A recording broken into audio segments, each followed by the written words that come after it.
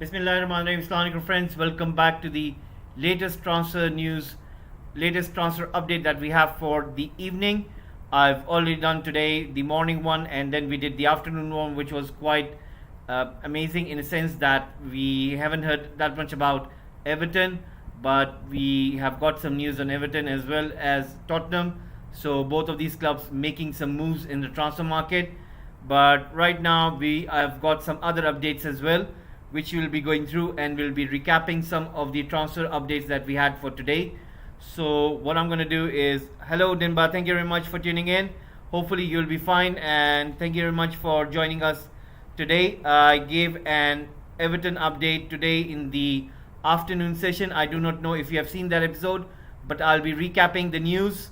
So I will be giving you the updates for Everton. There are lots of updates, so I'm sure that you will be happy with the updates you have to hear. So I'm going to start with the other news, and then I'll come back to Tottenham and Everton.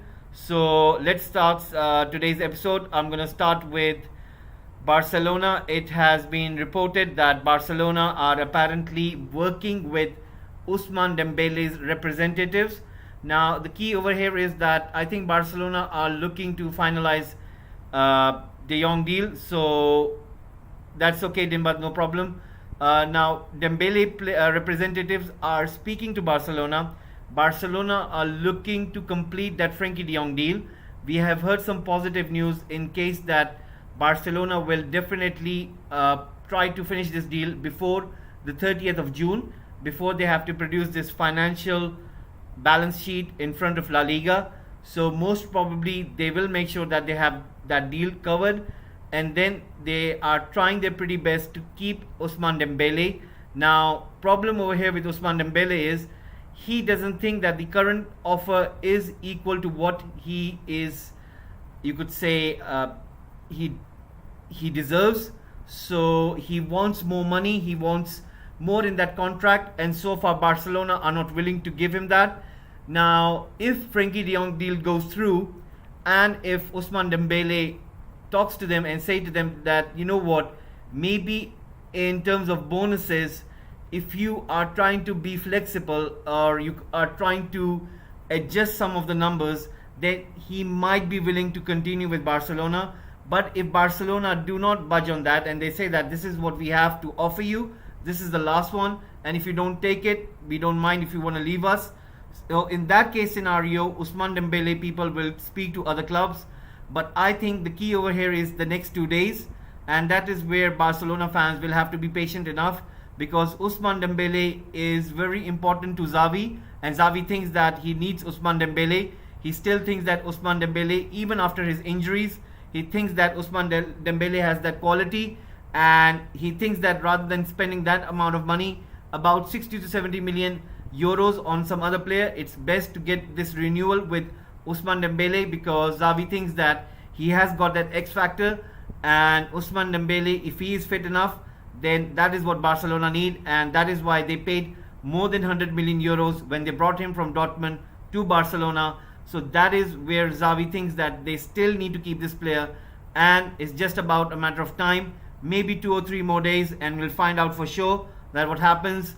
And I'm waiting for this one. I think if I have to give this a rating, I think Ousmane Dembele might stay, because if he wanted to leave, he could have done it so, and he could have spoken to the other clubs, and he would have conducted that deal, and he would have moved on, and there would have been no retalks with Barcelona. But I think his heart is still in Nou Camp, so there might be a breakthrough for him to stay at Barcelona. Now, moving on from Ousmane Dembele, I'll be coming to the other news, and this has come as a surprise. I wasn't expecting this. It's to do with Arsenal. Now, Arsenal, they have moved swiftly on Gabriel Jesus, and they want Gabriel Jesus, they want Rafinha as well, they want other clubs. You could say that they're still working on the deals, but Arsenal this time around, they are really working good behind the scenes. They are getting their transfer targets as efficiently as they can, which is very surprising. And I think the credit goes to Edu as well as Mikel Arteta.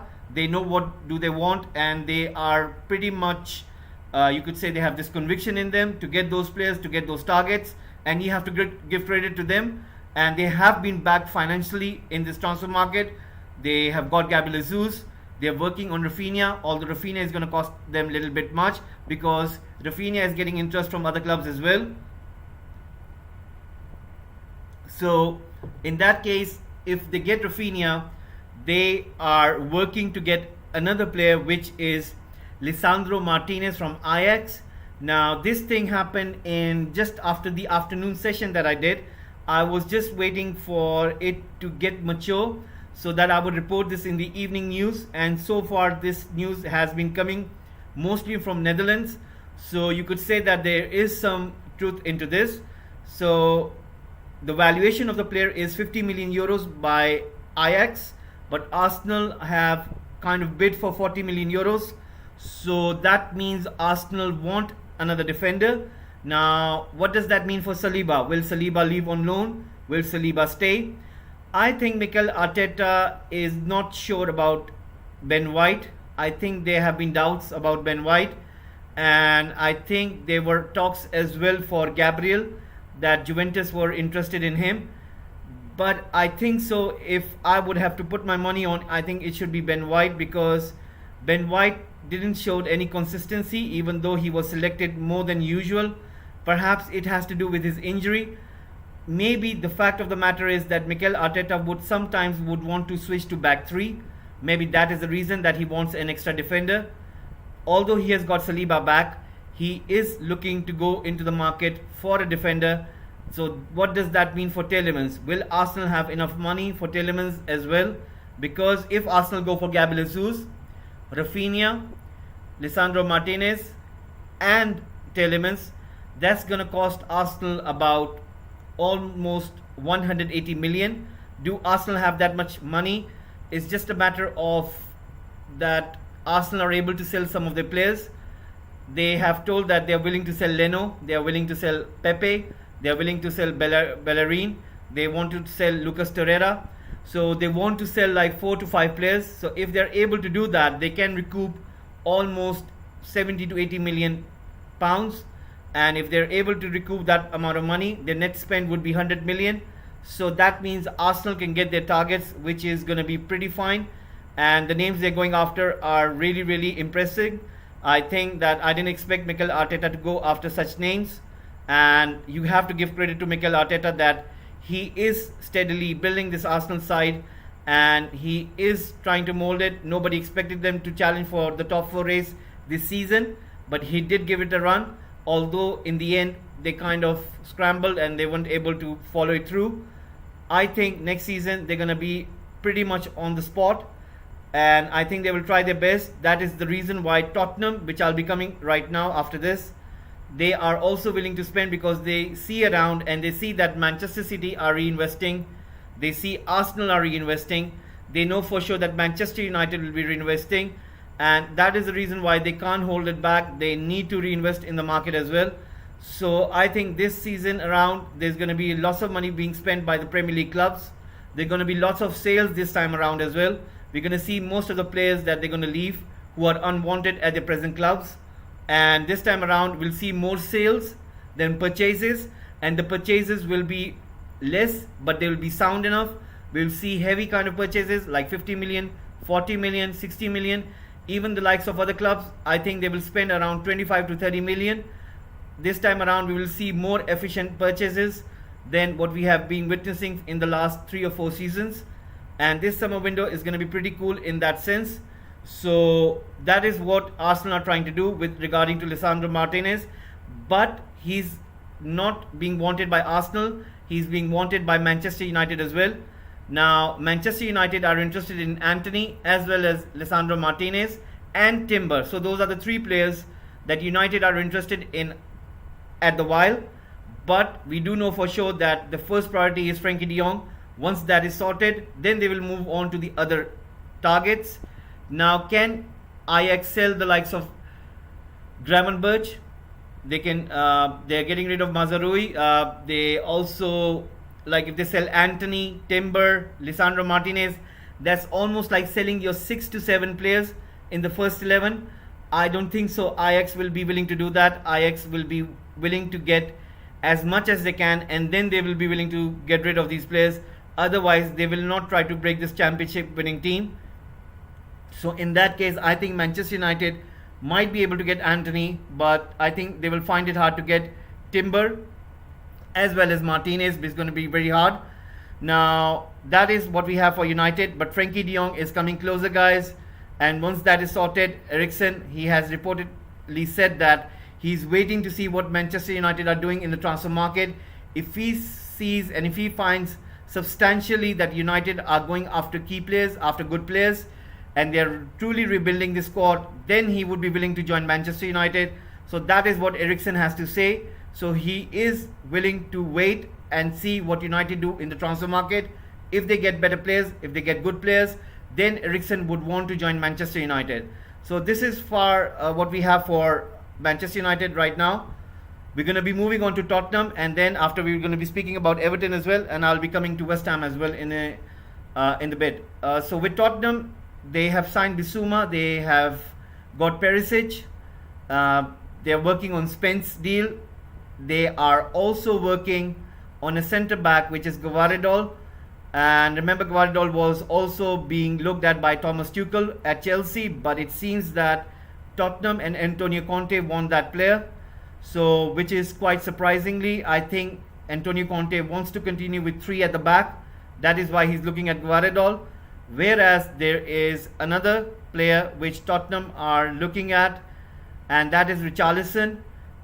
Antonio Conte is willing to go big for Richarlison. He thinks that he's the perfect player in case of if he wants to play him on the right or on the left of Harry Kane, as well as if he wants to rest Harry Kane, then Richarlison will start up front.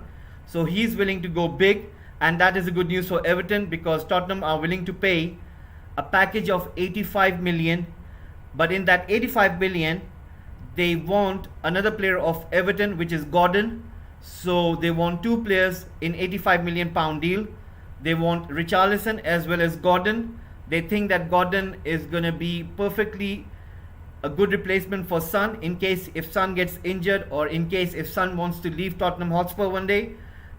Plus, they also think that there is a need of homegrown talent. Remember, guys, whenever you start the Premier League campaign, you need to show 8 to 10 homegrown players in your squad, and that is where Tottenham are trying to get homegrown players as well, and that is why they're targeting Gordon of Everton. So Gordon and Richarlison for 85 million pounds is not that bad. I'm sure that Everton will look at it, and I think they might go for it. And so in that case, that's what's going to happen. But for Everton, they are looking at one of the Spurs players in return. They want Harry Winks, and Harry Winks, I think his time is up at Spurs. Frank Lampard thinks that Harry Winks will be a perfect player for Everton, whereas he's also looking at another player of his. He did work with him, and it was at Chelsea. It's Gallagher, who played at Crystal Palace. You remember him, guys, especially those who play Fantasy Premier League. I'm sure that Gallagher was really a superb player for Crystal Palace. Remember scoring him those goals, giving those assists. And Frank Lampard wants to bring him to Everton. So Everton are looking at Harry Winks. They are looking at Zinchenko, and they are also looking at Gallagher. So that means Everton have started their moves in the transfer market.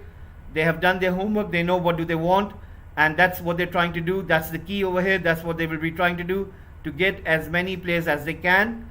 Now, moving on from Everton, I'll be coming towards West Ham as well. Now, West Ham have signed Araleoa from Fulham, I think, and he is 12 million euros. That's what that is what the cost is.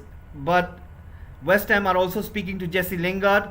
They are kind of offering him the contract, and they're willing to pay him those wages. So let's see if Jesse Lingard chooses to play for West Ham United. Now, West Ham United are also looking to get another player of Villarreal, which I reported earlier in the morning, which was Danjuma. He's a winger.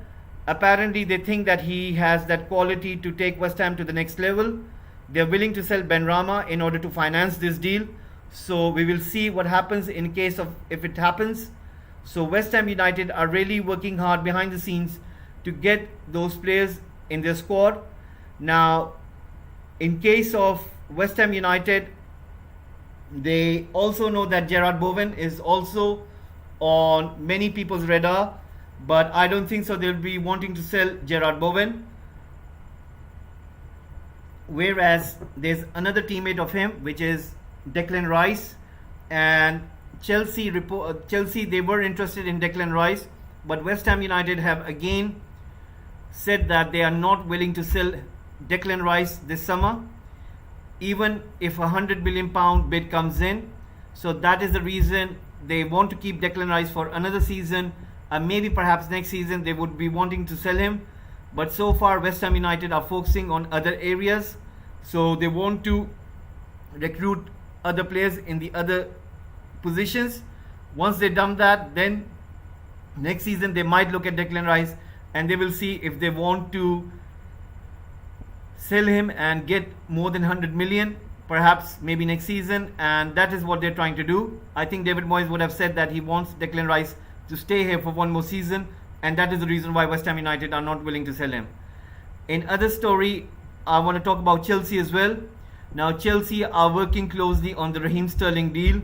They are trying their very best to get Raheem Sterling as the first signing this summer transfer window. They are also working on some of the defenders, which I'm going to go through in a sec. We heard earlier that Raheem Sterling wants to leave Manchester City. Now Raheem Sterling, he wants to move back to London, and there are not so many teams in London in contrast to what City is. So the best club that he sees is Chelsea, because Chelsea are going to pay him good as well as he thinks that there's more chance winning with Chelsea. So that is the reason why he's choosing Chelsea. And remember guys, he used to play for QPR, so he is a West London boy, so pretty much he would want to move back to London as well. So that is the reason why he wants to move to Chelsea. Now coming to those defenders, as you guys do know that Chelsea were interested in Jules Koundé, and Jules Koundé was pretty much close to join them last year, but for some reason the deal didn't go through. Perhaps there was a difference of the valuation between both of the clubs, Sevilla and Chelsea, but this time around Jules Koundé is getting an interest from Barcelona. So that's a twist for Chelsea. Maybe they wouldn't go for Koundé again, knowing that if Jules Koundé prefers Barcelona over Chelsea. So that is the catch over there. Now, in other two names which came out pretty surprisingly, one of them was De Ligt, which I reported as well. I think I reported that yesterday. So Chelsea did inquire about De Ligt, and they offered either Pulisic or Timo Werner plus £34 million for De Ligt to Juventus, but Juventus answered them back. They don't want any of the players that they have offered. They just want the straight cash, which is of 100 million euros. So I don't think so Chelsea would be willing to pay 100 million euros for a defender. So that is what we have right now for Chelsea. But there's another name which has come out in terms of defense, which was quite surprising for me, and that is of Guardiola. But Guardiola, remember, he is being targeted by Antonio Conte.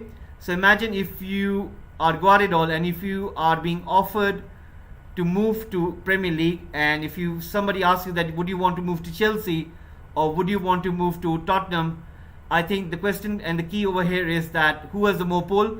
Will Antonio Conte be able to speak to him and get him, or maybe Thomas Tuchel? Because hello Abdullah, thank you very much for tuning in. Or will it be Thomas Tuchel who says to him that, you know what, I want you to be my main man over here? And remember that Rudiger and Christensen have left already, and Thiago Silva might have his last season over here, and you might be my main man. So I think it's going to be between those two clubs, and let's see what Chelsea are able to do. So right now this is what we have. And lastly, and which I want to report, is of Neymar. Now this news did come in that Neymar is being sold by PSG, but Neymar, people are saying that he doesn't want to move. I think this story is going to continue. I do think that if PSG want to sell Neymar, they're going to wait for the offers and they're going to see if any offer comes in. I'm sure that they're going to sell it. And once they sell him, they're going to try to recoup money because they want Milan Skriniar, in which I'm going to come back to Chelsea once again. Now, Skriniar is being reported that he wants to get a move and PSG are willing to get him, but the valuation which Inter Milan wants of him is 80 million euros. PSG want to pay only 50 to 60 million euros, not more than that. But Chelsea are looking at the situation of centre backs and they think that if they're not able to get De Ligt, if they're not able to get Jules Koundé, then they will move certainly for Skriniar, because if Gvardiol is in confusion that if he wants to play for Antonio Conte or for Chelsea and he hasn't made up his mind, then they know for sure that they can go and get Skriniar for 60 to 70 million euros. They can try to talk to Inter Milan because they've already sent Lukaku on loan and they think that it might work in a favor to them, that Inter Milan would be willing to speak to Chelsea and they might be able to give them that kind of discount. So it might work in favor of Chelsea. So Chelsea for sure, for definitely will sign a top centre back.